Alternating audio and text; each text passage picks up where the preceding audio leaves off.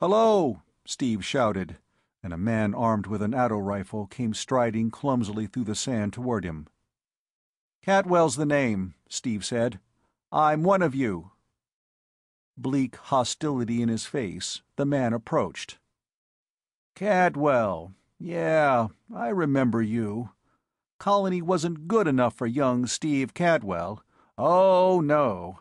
Had to go off to Earth to get himself educated. What are you doing here now on that fancy aircraft of yours? Coming to crow at our wake?" The bitterness surprised Steve.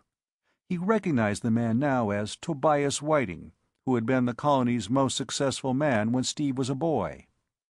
Except for his bitterness and for the bleak self-pity and defeat in his eyes, the years had been good to Tobias Whiting.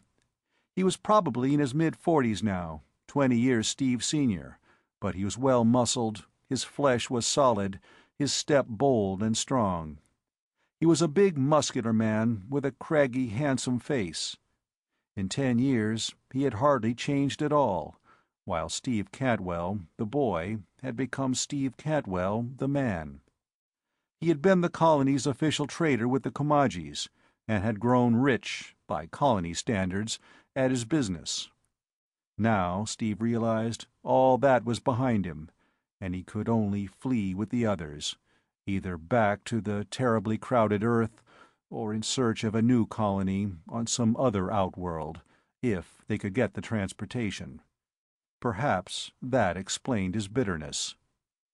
"So, you've come back, eh? You sure picked a time, Cantwell."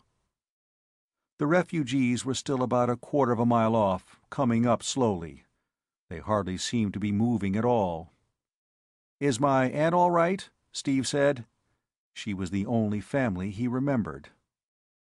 Tobias Whiting shook his head slowly. "I hate to be the one to tell you this. Brace yourself for a shock. Your aunt was one of those who died from the poison water last night." For a long moment Steve said nothing. The only emotion he felt was pity. Pity for the hard life his aunt had lived, and the hard death. Sadness would come later, if there was to be a time for sadness. The caravan reached them then. The first person Steve saw was a girl. She wore the shroud-like desert garment, and her face, it would be a pretty face under other circumstances, Steve realized, was etched with lines of fatigue. Steve did not recognize her. "Who is he, Dad?" the girl said. "Young Cadwell, remember?" So, this was Mary Whiting, Steve thought. Why, she'd been a moppet 10 years ago. How old? 10 years old, maybe. The years crowded him suddenly. She was a woman now. "Steve Cadwell?" Mary said. "Of course I remember. Hello, Steve. I'm sorry you had to come back at a time like this. I'm sorry about your aunt. If there's anything I can do—" Steve shook his head, then shook the hand she offered him. She was a slim, strong girl, with a firm handshake. Her concern for him at a time like this was a little short of amazing, especially since it was completely genuine. He appreciated it. Tobias Whiting said, "Shame of it is, Cantwell. Some of us could get along with the Komagi. I had a pretty good business here, you know that." He looked with bitterness at the dusty file of refugees. "But I never got a credit out of it. Wherever we wind up, my girl and I will be poor again. We could have been rich." Steve asked, "What happened to all your profits?" "Tied up with a Komagi moneylender.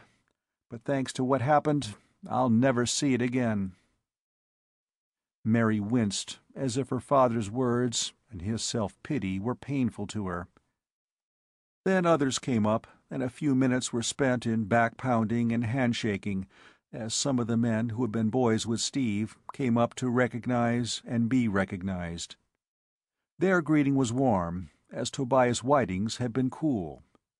Despite the knowledge of what lay behind all of them, and what still lay ahead, it was a little like homecoming. But Steve liked Mary Whiting's warm, friendly smile best of all. It was comforting and reassuring. 3 days later, Tobias Whiting disappeared. The caravan had been making no more than 10 or 15 miles a day. Their water supply was almost gone, but on the 4th day they hoped to reach an oasis in the desert. 2 of the older folks had died of fatigue. A third was critically ill, and there was little that could be done for him. The food supply was running short, but they could always slaughter their camels for food and make their way to Oasis City, still 400 and some miles away, with nothing but the clothes on their backs. And then, during the 4th night, Tobias Whiting disappeared, taking Steve's unicopter.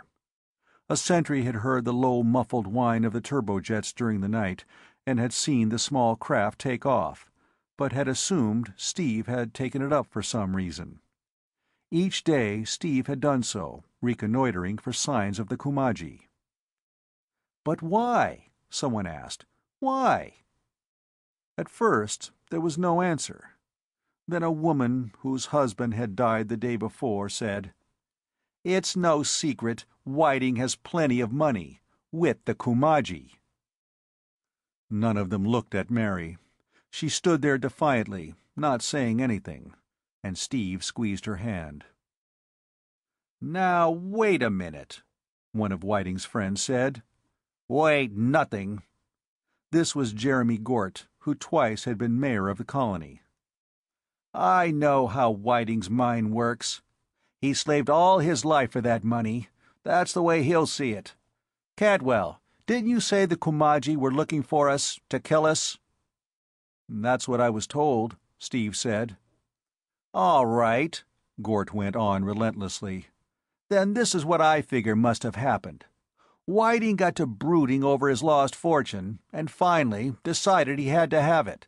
So he went off at night in Cantwell's copter, determined to get it.